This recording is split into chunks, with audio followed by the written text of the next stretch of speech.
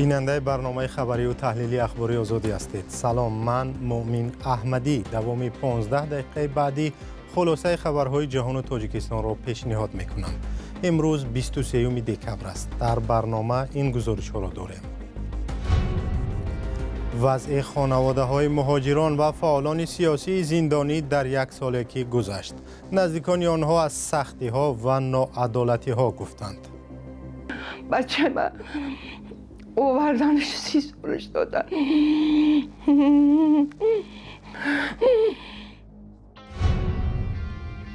پرزیدنت منتخب ایالات متحده آمریکا دونالد ترامپ میگوید برای ختم جنگ در اوکراین پوتین و زلنسکی باید به گذشت آماده باشند. باید سازش کنند. مردم زیاد کشته شد، مردم زیاده. و گزارش از وزارت کارهای خارجی تاجیکستان در سال 2025 تاجیکستان رهبری دوری اتحاد دولت‌های مستقل را بر دوش می‌گیرد. و برنامه را از این خبر آغاز می‌کنیم که چهره‌های معروف و خادمان پیشین دولتی تاجیکستان که با گمان غصب قدرت و کوشش تبدلات بازداشت شدند امروز در دادگاه اتهام خیانت به دولت را رد کردند. دو منبع آگاه از پرونده با شرط فاش نشدن نامشان بر رادیو آزادی گفتند پرونده در مرحله آخری بررسی است، ولی همه این افراد از جمله سید جعفر عثمانزاده سابق رئیس حزب دموکرات و وکیل پارلمان امراخان ظریفی وزیر پیشین کارهای خارجی، شاکرجان حکیموف معاون رئیس حزب سوسیال دموکرات، عبدالفیض عطایف سردار پیشین ریاست وزارت کارهای خارجی گفتند اتهام خیانت به دولت را رد می‌کنند. در نظر است که تا آخر این هفته دادستان برای گمانبران پرونده معروف به تبدلات از دادگاه جزا طلب کند و بعد از آن جانب حمایه یعنی وکیلان دفاع و خود متهمان سخن آخرین خود را ارائه می کنند. و در پایان سال 2024 خبرنگاران رادیو آزادی با نزدیکان زندانیان و بازداشت شده هایی که پرونده هایشان در یک سال اخیر پر سر و صدا بود صحبت کردند. در میان این افراد نزدیکان سهراب ظفر رهبر گروه 24 که از ترکیه استرداد و 30 سال در تاجیکستان زندانی شد و نزدیکان افرادی که در حمله به کراکوس در مسکو گمانبر شدند نیز هستند. گزارش همکارم کیومرث عطا در این باره است. زیاده شکورова تقریباً 10 ماه باز 4 فرزند را به تنهایی بزرگ می کند. او همسر دلیر میرزایوف یکی از گمانزدهای حمله به تالار کنسرتی کراکوس سیتی هال در مسکو است. نیم بازار بخینه می مردم نمیخوای کردشکه میرم پیوز میرم برف زدگه خیلی لیبوسش تنک بد نمونده شه روا مکتب دو تشه با اوچم دادم کسال کشیدن اوچم دادم. زیاده در خانه زندگی می کند که احتمال دارد از آن بیرون کرده شود. ای بر من اون اکبرم گفته که باید پلی خونه را تی نو میگه بتی میگه یا که بخیتی دای میخونم 3 تا شخمی دو دبده 5 تا دیگهش مونده. به گفته زیاده شکورova از سالی که میگذرد در یادش روزهای سنگین میمانند. تقدیر شوهرش در حال حاضر نامعلوم است. دادگاه شهر مسکو مهلت حبس دلیر میرزایوف را تا ماه فوریه سال 2025 دراز کرد. برای مادر سهراب ظفر رهبر زندانی گروه 24 یک سازمان مخالف حکومت تاجیکستان که فعالیتش در حدود کشور ممنوع است سال 2024 هم سال خوب و هم غم انگیز بوده است. خرسندیش همینه که این سال ما 20 سال بود بچه‌م دیدگی نبودم. ای سال 2014 فقط آواز شنیده بودم. یکی در تلفن و در یوتیوب تماشاش میکردم آوازش میشنویدم. ای پیش چه دیدگی نبودم. شگرانه میکنم که این سال بچه‌م دیدم پیش رفتم. زیقیش همی بود که وقتی که گفتن که سراب آوردن من 4 ماه سراب کفتم. فکر کردم که سراب ما دیگه نمیبینم. برای خودش میگفت که اوچه صبح ایما خواطر نشه، مرا ببخش، اگر مرا هم دیدی یا مردم میبینی یا خبری ناخوشی میشنوی که گم شده. این مادر برای دیدار با فرزندش روزها را میشمارد، حالا برایش غذا میبرد. فقط گفت که اوچه زیق نشه، تقدیرم بدهی، زیق نشه اوچه. دیدیم که هم دیگره دیگه تمام، دیگه هیچی نمیام، کچ میبرم. این روز هفتم دینه پیش دادرم در آمدم. دادرم تو بالی نمیدانست که دادر بچه ما اووردنش 30 سالش دادن.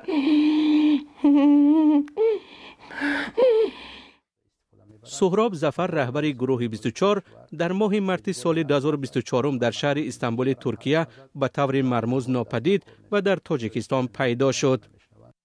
دادگاه شهر دوشنبه ماه اکتبر او را در دعوت به سرنگونی حکومت و افراطگرایی گناهکار و 30 سال زندانی کرد. خودش اتهامها را بی اساس نامید.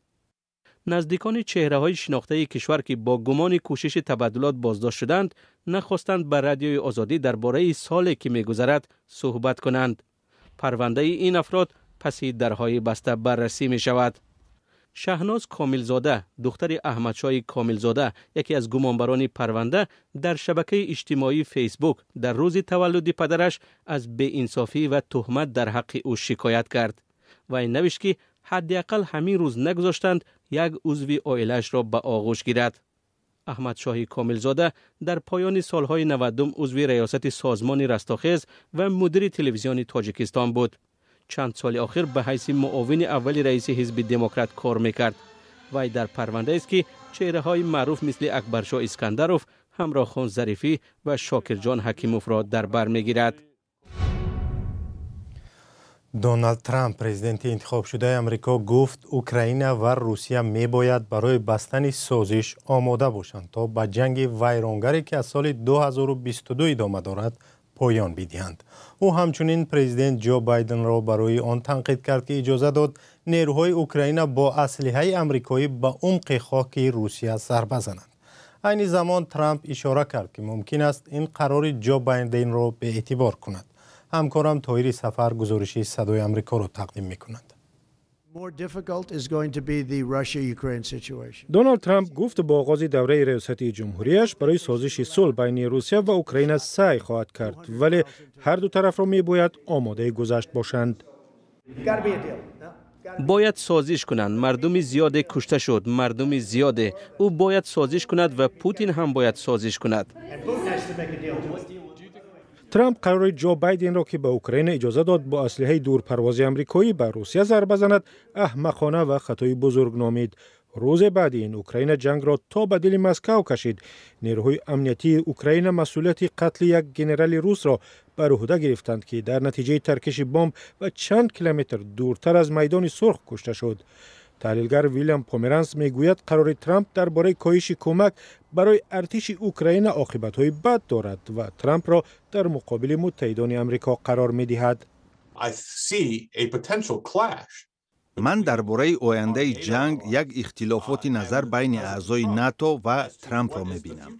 وقتی ترامپ درباره سازش گپ می‌زند، واقعاً منظورش این است که اوکراین مذاکره کند و تسلیم شود.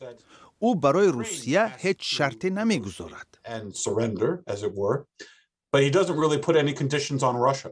حکومت جو بایدن که مأموریتش به پایان میرسد سعی دارد تمام پول را که همچون کمک نظامی برای اوکراین اختصاص داده است تا پایان حکومت داریش خرج کند. سببش هم این بوده است.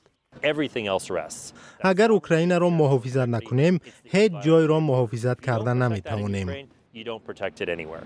اما قرار نهایی درباره ادامه کمک به اوکراین در دست کنگره آمریکا است. به نظر من انتخاب ترامپ معادله را تغییر داد. فکر میکنم که او کسی است که به یک راه حل آورده میرساند و ما منتظر رهبری او در این زمینه هستیم. اریکا لی کارتر وکیل حزب دموکرات به ادامه حمایت از اوکراین تاکید میکند. من فکر نمی کنم که تا زمان پیروزی اوکراین کسی از جنگ دست می کشد. مسئله هم این است که آیا اوکراین آماده حل و فصل مسئله هست یا نه. اعضای حکومت ولادیمیر زلنسکی روزهای اخیر برای جلب حمایت از لهستان همسایه سر کرده تا به فرانسه و استرالیا رفتند. چند پیش وقتی از رئیس جمهور زلنسکی پرسیدند آیا آماده بس کردن جنگ و نشستن سر میز مذاکره هست، او گفت اول باید ضمانت امنیتی داشته باشد و نقشه صلح را ببیند.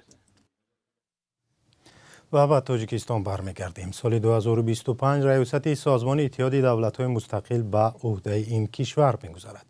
وزارت کارهای خارجه تاجیکستان ضمن همایش در دوشنبه برنامه کارشان را برای ریاست اتحاد دولت‌های مستقل بیان کردند. مولا رجب یوسفی و شهلای عبدالله در همین باره گزارش دارند. نمایندگان وزارت کارهای خارجه تاجیکستان سفیران و خبرنگاران را دعوت کردند تا بگویند برای یک سال رهبری در اتحاد دولت‌های مستقل چی نقشه ها دارند. از 1 ژانویه سال 2025 ریاست سازمان اتحاد دولت‌های مستقل برای یک سال به عهده تاجیکستان می‌گذرد. این نماینده وزارت کارهای خارجه گفت تاجیکستان تلاش می‌کند موقع اتحاد دولت‌های مستقل در عرصه جهانی بالا رود. هدف دیگری ما مطابق کردن ساختار، روند و اصولهای کاری اتحاد دولت‌های مستقل با واقعیت‌های نو است. تقویت همکاری کشورهای عضو در بخش‌های صنعت، انرژتیکا، مبارزه با مواد مخدر، قاچاق انسان از برنامه‌های دیگر تاجیکستان برای رهبری سازمان اتحاد دولت‌های مستقل بوده است. در این نشست بعضی خبرنگاران پرسیدند اتحاد دولت‌های مستقل یک سازمان ضعیف است و تاجیکستان برای بالا بردن ایمیج آن در عرصه جهانی چیکار کرده می‌تواند. احمد سعید مرادزاده نماینده وزارت کارهای خارجه تاجیکستان گفت به این نظر که اتحاد دولت‌های مستقل یک سازمان ضعیف است راضی نیست. تاجیکستان اتحاد دولت‌های مستقل را همچون ابزاری مهم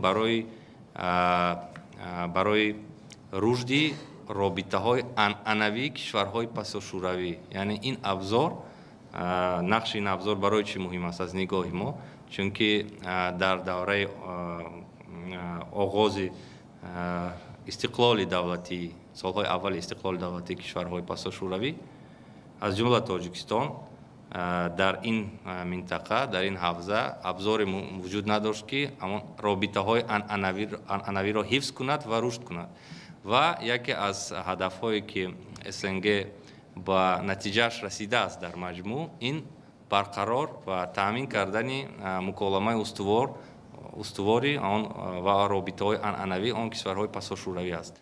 از نماینده وزارت کارهای خارجه تاجیکستان پرسیدم که در دوره ریاستشان در اتحاد دولت‌های مستقل برای مهاجران چه نقشه‌هایی دارند.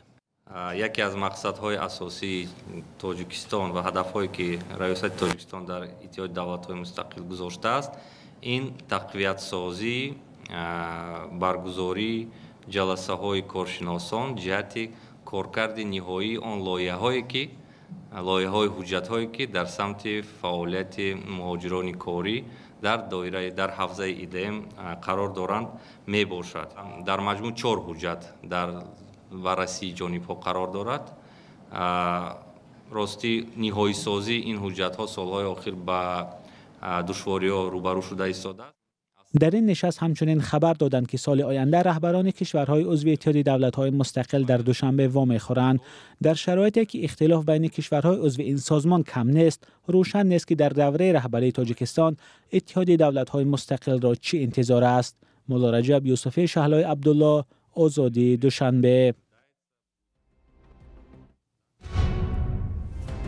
خلاصه خبرهای جهان تاجیکستان به شکل کوتاه پیشنهاد شدند. تفصیلات بیشتر و خبرهای نو را شما در سامانه آزادی.org و صفحه‌های رادیو آزادی در یوتیوب و فیسبوک، تیک تاک و تلگرام، ایکس و اینستاگرام پیدا کنید. تا دیدار در برنامه‌های دیگر، خدا نگهدار شما باد.